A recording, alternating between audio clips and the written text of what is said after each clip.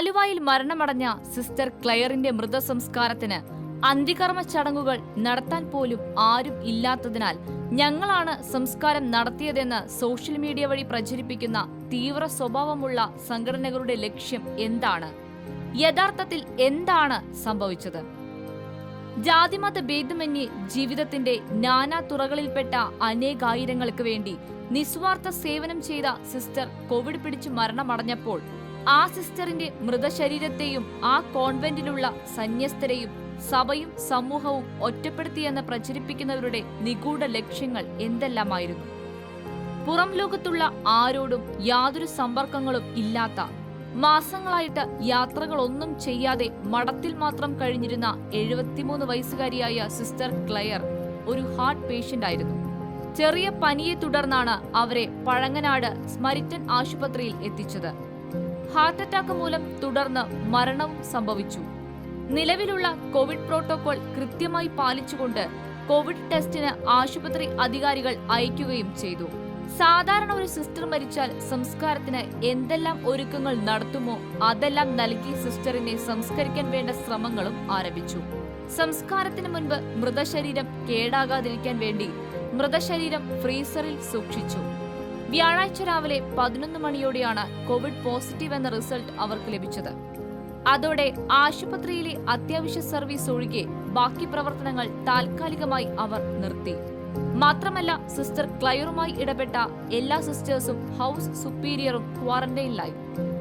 അപ്പോൾ ആരോഗ്യവകുപ്പിൽ നിന്ന് ലഭിച്ച കൃത്യമായ നിർദ്ദേശങ്ങൾ അനുസരിച്ച് മാത്രമാണ് അവിടെ സിസ്റ്റേഴ്സ് പ്രവർത്തിച്ചത്.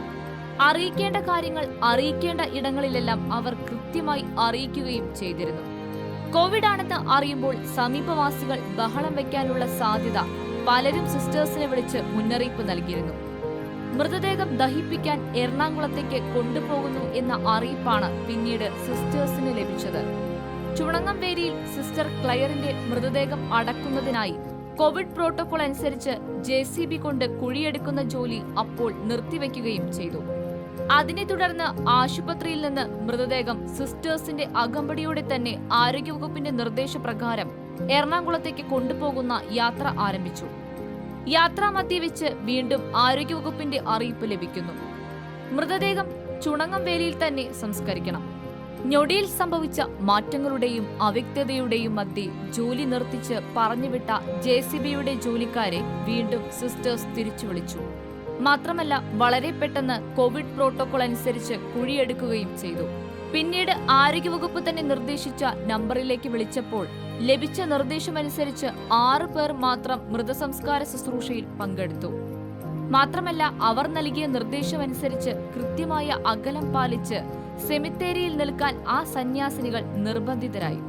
കോവിഡ് ബാധിച്ച് മരിച്ചവരെ അടക്കാൻ പ്രത്യേക പരിശീലനം കിട്ടിയ വോളണ്ടിയേഴ്സ് എന്ന ഭാവേന എത്തിയവർ തങ്ങളുടെ ദൗത്യം നിർവഹിച്ചു കഴിഞ്ഞപ്പോൾ അവർക്ക് സ്നേഹപൂർവ്വം ആ സന്യാസിനികൾ നൽകിയ സ്നേഹോപഹാരം നിരസിക്കുകയാണ് ചെയ്തത്. ഞങ്ങൾ പ്രതിഫലം ആഗ്രഹിച്ചല്ല ഇത് ചെയ്യുന്നതെന്നും സേവനമാണ് തങ്ങളുടെ ലക്ഷ്യമെന്നുമായിരുന്നു അവരുടെ മറുപടി.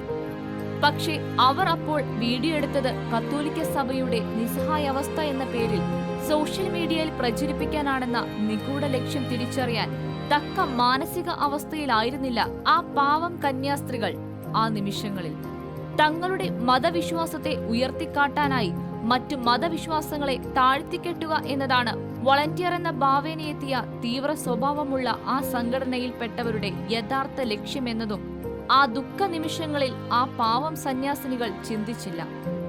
മാത്രമല്ല, അവരുടെ ദുരുദ്ദേശത്തെക്കുറിച്ച് എന്തെങ്കിലും ഒരു ചെറിയ അറിവ് ലഭിച്ചിരുന്നുവെങ്കിൽ തേങ്ങലുകൾ അടക്കിപ്പിടിച്ച് കണ്ണുനീരോടെയാണെങ്കിലും ആ സന്യാസിനികൾ തന്നെ ആ മൃതസംസ്കാരം നടത്താൻ മുന്നിട്ടിറങ്ങുമായിരുന്നു. മാത്രമല്ല, ആ സംഘടന എടുത്ത വീഡിയോയിൽ തല കാണിക്കാൻ ആ സന്യാസിനിമാർക്ക് താല്പര്യവും ഇല്ലായിരുന്നു. ഈ സംഭവം ചില ചോദ്യങ്ങൾ സമൂഹ മനസാക്ഷിയുടെ മുന്നിലേക്ക് ഉയർത്തുന്നുണ്ട്. ഹെൽത്ത് ഡിപ്പാർട്ട്മെന്റ് ആരോഗ്യ പ്രവർത്തകർ എന്ന വ്യാജേനെ തീവ്ര സ്വഭാവമുള്ള സംഘടനയിലെ അംഗങ്ങളെ എന്തിനു വിളിച്ചു വരുത്തി?